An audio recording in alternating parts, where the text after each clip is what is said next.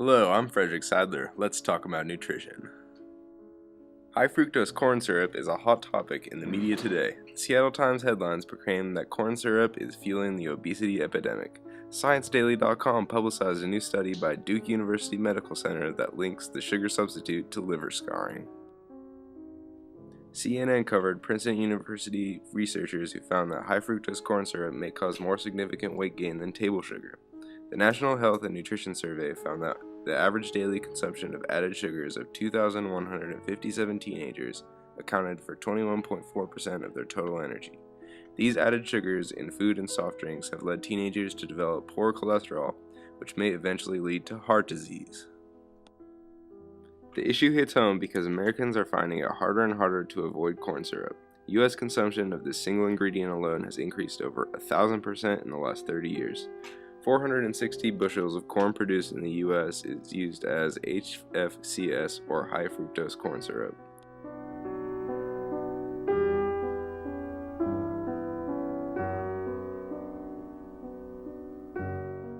Sure.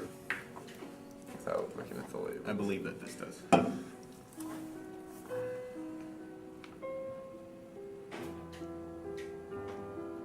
That'd be gross. Campbell soup.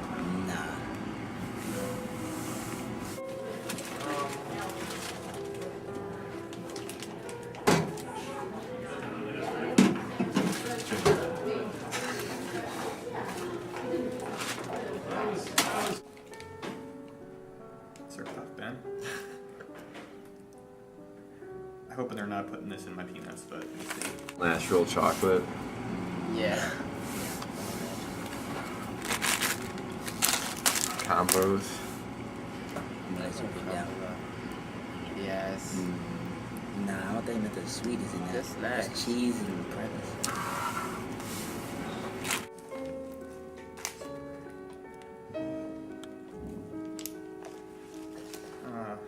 Tough one. I say yes after we probably just have to right.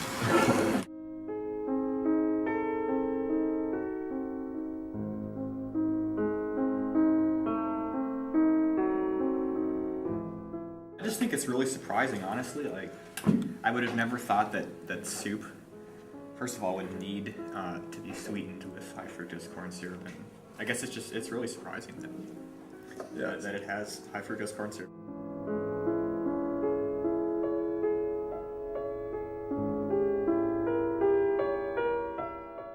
I don't think there are very many people consuming it in moderation. I mean, Not at all. I think people think they are, but they really aren't, because I don't think they realize like how much corn syrup is in some things.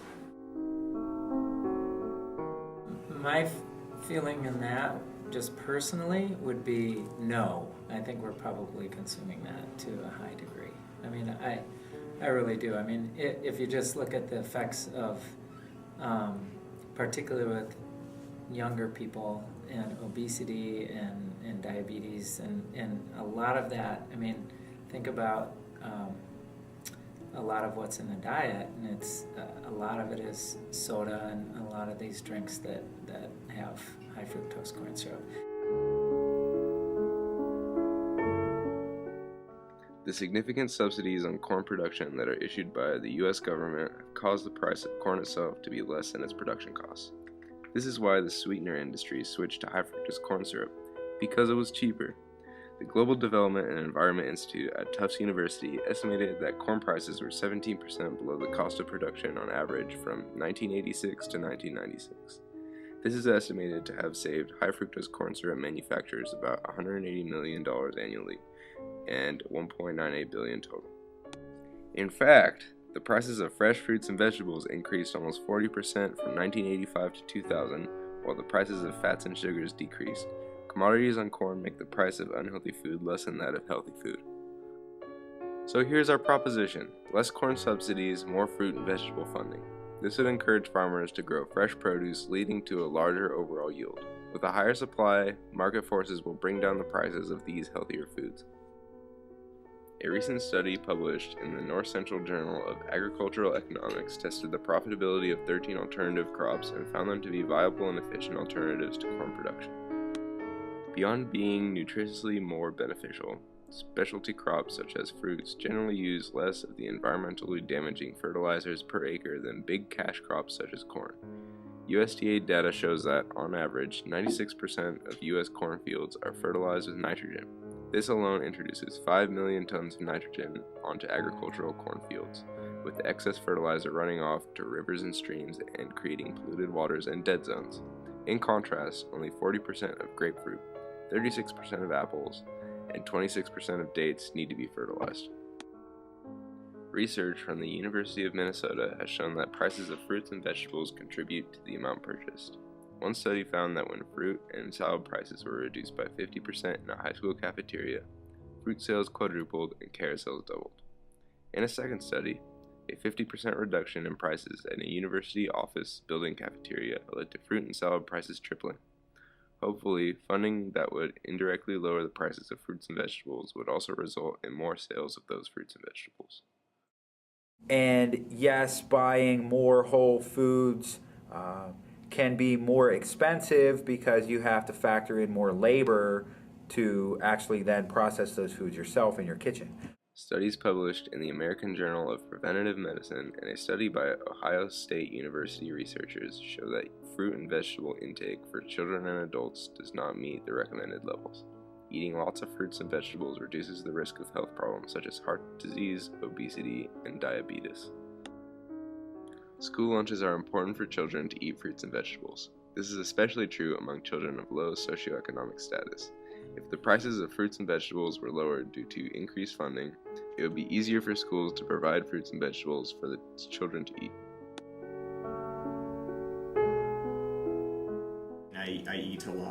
I eat salad pretty much every day, but as far as the fruits, no.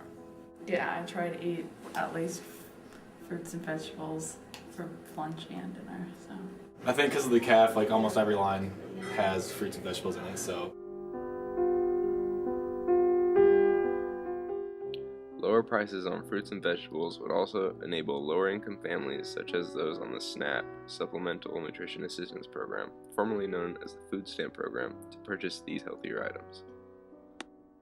This is important because limited grocery budgets cause lower-income families to purchase less expensive processed and packaged foods, which are often packed with unnecessary fats, sugars, and salt. For example, oatmeal cream pies cost $1.59 for a pack of 12. In comparison, 5 fresh Braeburn apples will set you back $4.20.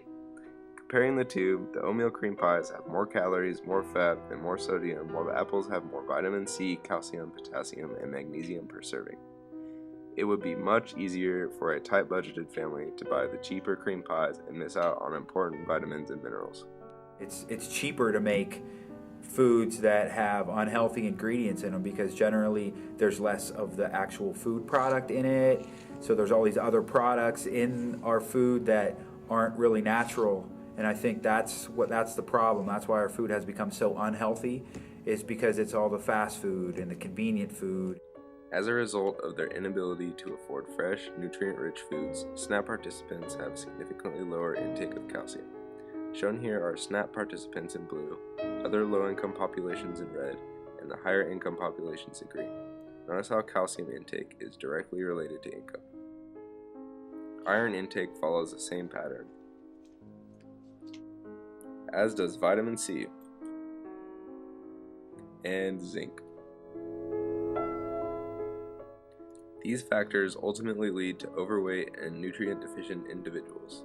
In purple is the percent of each income population considered obese. Notice how this percentage decreases as income levels rise. Lower income individuals also have significantly higher BMIs or body mass indexes than their wealthier counterparts. Insufficient nutrient intake can ultimately lead to serious conditions such as anemia, which is related to deficient levels of iron in the blood. If calcium intake is insufficient, the individual could end up with severely reduced bone density. This graph shows the prevalence of this issue for adults ages 80 and older. Again, lower income individuals, especially SNAP participants, suffer greatest. The perfect diet would probably be one that, everything that you brought to the checkout was basically a whole food, something that's not processed. And that's pretty hard to do too.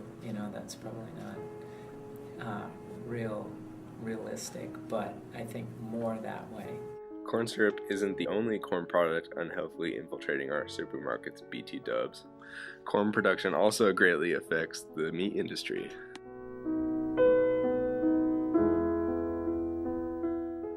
Every day. Every meal? Yeah, every meal, probably. Every meal. More than every meal. I eat meat every day. At least 2 meals, probably. Meat consumption is at an all-time high in the U.S. The average American consumes 110 pounds of red meat and 74 pounds of poultry per year. Combined, this is 184 pounds of meat, not including fish, up from 168 pounds per year in 1970. Americans are overeating their meat because they are overestimating the amount of protein they need. Adults can eat 8 grams for every 20 pounds in body weight. With less corn being produced, less will be available to cattle farmers. Corn that is available will come at a higher cost. This means that less grain-fed meat will be produced because the cost of production will have increased. More farmers might choose to return to grass feeding, which is more expensive and time-consuming. Because of this, overall meat consumption should decrease.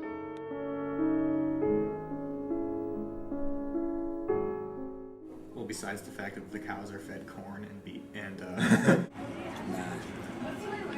Well, I know what it is in theory, but I wouldn't be able to tell you the difference. We did that with our turkey at Thanksgiving, and it was so much better, you know. And you look at that, and every day I drive my kids to school, and I drive them by a turkey farm out here, and there's just thousands of them stuffed into this, you know, this one of those lawn barn-looking things. Is grass-fed cattle actually better? Like fish, grass-fed beef contains heart-healthy omega-3 fatty acids and is much lower in total fat than grain-fed beef. It is also higher in vitamin E, the B vitamins thiamine and riboflavin, as well as calcium, magnesium, and potassium. It is also a natural way to lose weight. Our recommendations for the Farm Bill and for government-led food regulation include lower subsidies for corn, increase funding for fruits and other vegetables by maintaining or increasing specialty crop competitiveness, which provides block grants to states for things such as increasing nutrition knowledge and specialty crop consumption. Specialty crops include fruits and vegetables, tree nuts, dried fruits, horticulture, and nursery crops. Maintain or increase farmers market promotion to encourage farmers to grow more fruits and vegetables. We think that these are important programs, so we recommend that this funding be at least maintained, if not increased.